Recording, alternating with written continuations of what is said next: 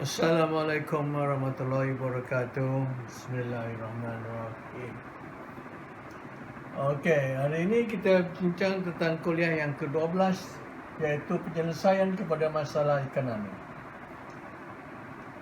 Masalah ekonomi yang wujud ialah pertama, apakah barangan yang ada dikeluarkan? Yang kedua, berapa banyak barang itu dikeluarkan? Dalam dua kuliah yang lepas, pertama saya ada menerangkan tentang bagaimana kilo permintaan dihasilkan. Tengok ni. Kuantiti, harga.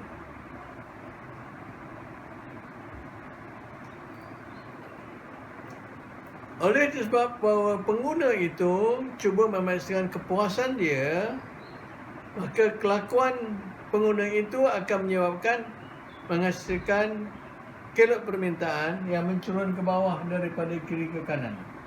Ini. Nampak tu? Iaitu apabila harga tinggi, kuantiti yang diminta adalah rendah. Apabila harga turun, kuantiti yang diminta tinggi. Itu hukum permintaan. Faham? Ingat tu? Okey. Iaitu apa yang barang dapatkan mesti wujud kilo permintaan ini. Okey. Yang kedua, bagi kalau saudara-saudari sebagai seorang pengusaha ataupun pengeluar ataupun usahawan, saudara akan berniaga, bukan? Iaitu dalam ekonomi kita dapati bahawa dia sebagai sebuah firma. Firma ini mengeluarkan barangan. Jadi oleh sebab kilo barangan ini ada wujud permintaan, iaitu kilo permintaannya mencurun ke bawah dari kiri kanan. Disebabkan naluri pengusaha adalah cuba memaksimalkan untung, maka akan menghasilkan kilo penawaran yang bergerak bercurun ke atas daripada kiri kanan. Dia terbalik daripada kilo permintaan. Kilo permintaan, kilo penawaran ialah pada harga rendah dia tawarkan sedikit, tapi harga tinggi dia akan mengeluarkan banyak. Faham? Jelas ni? Ini prinsip dia. Okey. Dua kilo ini akan menghasilkan satu penyelesaian berapa banyak barang itu dikeluarkan. Okey, kita ambil contoh di sini lah.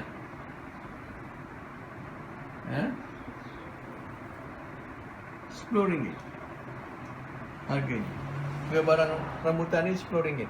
Contoh yang lepas saya gunakan ialah harga rambutan, buah rambutan, bukan? Pada harga RM10, kuantiti yang diminta oleh pengguna berdasarkan kepada bajet yang dia ada atau duit yang dia ada atau faktor pengeluaran yang dia ada, dia akan hanya meminta pada pada 2 kilo. Faham tak? Tapi pengeluar pula pada harga tinggi ini dia nak keluarkan banyak. Pasal dia nak untung banyak. Kalau harga dia katakan dia akan mengeluarkan 6 kilo.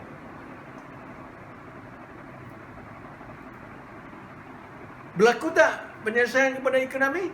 Tidak berlaku. Kenapa? Kuantiti yang diminta adalah lebih rendah pada harga RM10 ini. Harga kuantiti yang diminta adalah lebih rendah daripada jumlah penawaran yang nak dikeluarkan, yang setuju nak dijual oleh pengguna, daripada pengeluar. Nampak tu? Jadi macam kita lah kalau kita pergi pasar, bukan? Apabila kita pergi kedai, pergi gerai buah, Pertama sekali apa yang kita tanya apabila kita jumpa pengusaha itu, kita tanya harga. Dia cakap RM10 sekilo. Kita tanya harga, ada berapa harga rambutan? RM10 sekilo. Dia akan cakap, mahalnya. Jadi dia hanya meminta sedikit.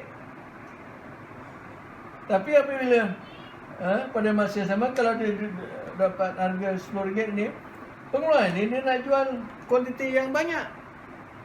Pasal dia nak untung, bukan? Untung lebih. Jadi tidak ada persetujuan di antara pengguna dengan pengeluar tadi.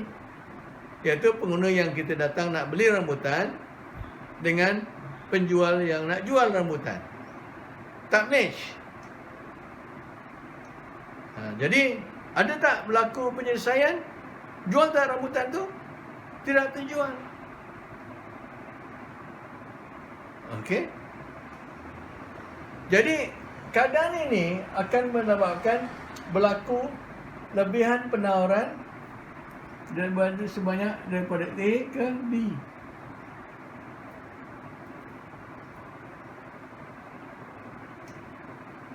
Nampak tu? Akan berlaku lebihan penawaran sebanyak A, B. Ini dia. Lebihan penawaran.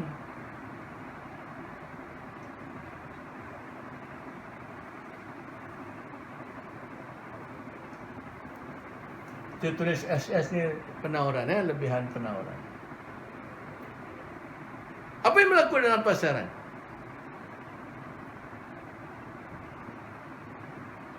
Pengguna mengharapkan bahawa dia akan meningkatkan pembelian kalau harganya turun.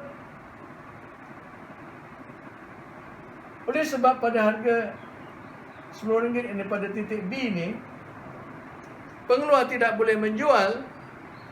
Kalau dibiarkan aja, apa berlaku pada rambutan itu? Belakang itu akan busuk, bukan? Rosak. Rosak, buang. Dia rugi. Adakah itu motif pengeluar? Tidak. Dia nak maksimalkan untung. Dia nak jual barangan itu, bukan? Jadi apa yang dia buat? Dia akan cuba bersetuju untuk menurunkan. Ini yang berlaku tawar-menawar dalam pasaran. Nampak tu? Pakcik, harganya mahal sangat pakcik. Saya tak bolehlah beli. Pengeluar juga. Kalau RM10 ni, saya ada banyak untung ni. Maka dengan berlaku tekanan dalam ekonomi, pressure. Tekanan ke dalam ekonomi, dalam pasaran tu akan berlaku tekanan. Tekanan ni ialah pengeluar akan bersetuju untuk menurunkan harga buah itu. Ini yang berlaku tawar-menawar. Pakcik, janganlah sampai RM10. RM2 lah pakcik. Jadi kalau RM2, jadi berlaku, ini akan pressure atau tekanan di dalam ekonomi. Sehingga kan pengeluar akan setuju untuk menurunkan harganya. Dan pembeli kalau harganya turun, dia akan meningkatkan pembeliannya. Nampak tu? Jadi akan sampai satu titik dipanggil titik keseimbangan. Apa maksud titik keseimbangan itu? Titik persetujuan di antara permintaan dengan penawaran tadi. Persetujuan. Jadi kalau berlaku persetujuan itu, maksudnya apa? Kilo permintaan ini dengan kilo penawaran itu akan bersilang. Dalam istilah ekonomi, persaingan ini adalah merupakan titik keseimbangan.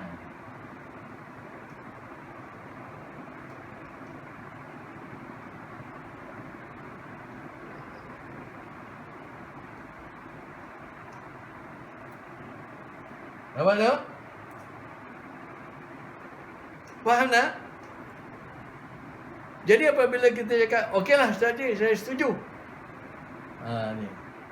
Pakcik jual pada harga H2E, lebih rendah daripada RM10. Saya akan naikkan permintaan saya, kuantiti yang saya minta kepada KE, persilangan. Inilah titik persilangan ataupun persetujuan yang dihadapi dalam pasaran.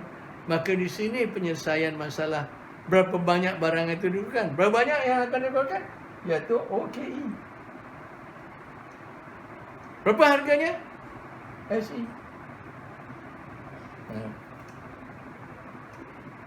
Begitu juga sebaliknya, kalau harga terlalu rendah,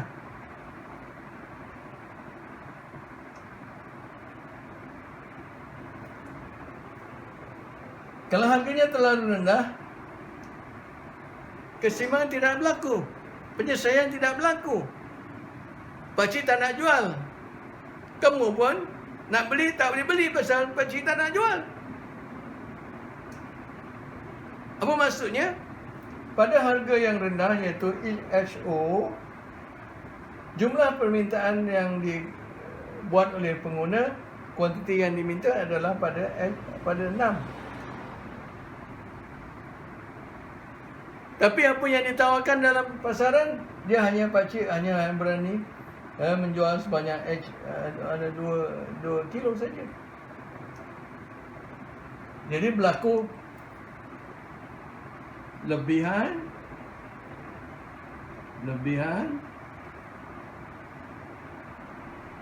permintaan. Nampak?